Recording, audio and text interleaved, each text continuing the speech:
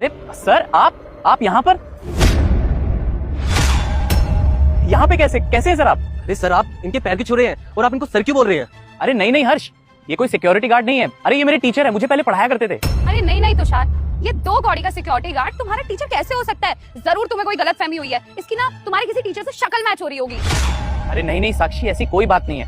अरे ये टीचर है मेरे, ये पहले मुझे पढ़ाया करते थे। तुम लोग इनको नहीं जानते। मैं अपने टीचर से पहले बात कर लूं, उसके बाद मैं तुम दोनों को सब सच बताऊंगा, ठीक है? अभी मेरे को अपने टीचर से बात करने दो। अरे सर, मैं तुषार, आपका स्टूडेंट, याद है आप मुझे पढ़ाया करते थे? अरे आपने अभी भी नहीं पहचाना मुझे? कैसे याद दिलाऊं सर आपको? सर एक बार याद कीजिए, जब आप मुझे पढ़ा रहे थे, पूरी क्लास को पढ़ा रहे थे, तो मैं सबसे पीछे बैठा हुआ था, पीछे वाले बेंच पे, और मैं काफी उदास भी था उस टाइम पे। तो आप मेरे पास आए थे, मुझे नोटिस किया था आपने, और आपने मुझसे पूछा भी था कि तुषार बेटा क्या हो गया, तुम इतने उदास क्यों, और तुम पढ़ाई में ध्यान क्यों नहीं दे रहे? तब मैंने आपको बताया था सर कि मेरी मम्मी अभी बहुत परेशान चल रही है, क्योंकि पापा की तबीयत खराब हो गई और वो एक्सपायर भी हो गए। अब जैसे ही वो एक्सपायर हुए, उसके बाद समझ ही नहीं आ रहा था कि हमारे घर का खर्चा कैसे चलेगा, क्योंकि मम्मी भी हाउसवाइफ थी और मेरी भी पढ़ाई चल रही है। तो सर आपने ही मुझसे बोला था ना कि बेटा इसमें घबराने की कोई बात नहीं है, अभी मैं हूं ना, मैं तेरा टीचर हूं, मैं तुझे पढ़ाऊंगा, और तेरे को फीस देने की भी जरूरत नहीं है, और तो और मैं तेरे को ट्यूशन भी फ्री में पढ़ाऊंगा। आपने मुझे बोला था कि बस तू अपनी पढ़ाई पे ध्यान दे और किसी चीज की टेंशन मत ले। अब तो याद कीजिए सर। हाँ, याद आया, मैंने तो तुम्हें पढ़ाया था।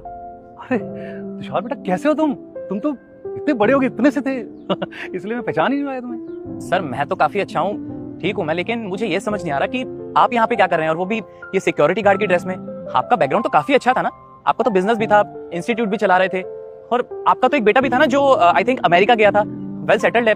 तो सर इतना अच्छा बैकग्राउंड होने के बावजूद भी आप इस हालत में सिक्योरिटी गार्ड, मेरे को कुछ समझ नहीं आ रहा सर। सब ठीक तो है ना? बेटा मैं दुर्गा माता हूँ, मुझे देखकर इग्नोर मत करना। बहुत ही जल्दी तेरे घर खुशखबरी आने वाली है, लेकिन तुझे उससे पहले मेरे वीडियो को एक लाइक करके, चैनल को सब्सक्राइब करके, कमेंट बॉक्स में जय माता दी लिखना होगा, और जाते जाते अपने 5 सच्चे मित्रों को भी शेयर करना होगा। अरे बेटा, तुम तो जानते हो कि मेरा अच्छा खासा बिजनेस था, बहुत अच्छा काम चल रहा था मेरा। मेरे बेटे ने एक जिद पकड़ रखी थी कि मुझे विदेश में जाके पढ़ाई करनी है। उसने बहुत जिद करी कि मुझे अमेरिका जाना ही जाना है, मुझे पढ़ाई करनी ही करनी है वहाँ जाके। बेटा तुम भी जानते हो कि बाहर विदेश में पढ़ाई करने के लिए कितना पैसा लगता है। इस वजह से मैंने सोचा कि चलो कोई बात नहीं, मैं अपना मकान बेच देता हूँ। मैंने अपना मकान बेच दिया कि चलो दुकान है, दुकान से काम करके फिर मकान बना लेंगे। बेटा पढ़ लिख जाएगा तो वो मकान बन जाएगा दोबारा से हम वही खुशहाल जिंदगी जी लेंगे, बल्कि और भी अच्छी जिंदगी हो जाएगी। लेकिन बेटा वहाँ वो पढ़ लिख तो लिया, उसके बाद उसको अच्छी नौकरी भी मिल गई, लेकिन 2 से 3 साल तक जब वो आया नहीं तो उसकी माँ को बहुत ही गहरा सदमा लगा, वो बीमार रहने लगी। मैंने बहुत मेहनत करी कि बेटा तेरी नौकरी लग गई है, तेरी पढ़ाई पूरी हो गई है, इंडिया वापस आ जा। लेकिन नहीं बेटा, उसके वहाँ रहने के चक्कर में मेरी दुकान भी गिरवी रखी गई।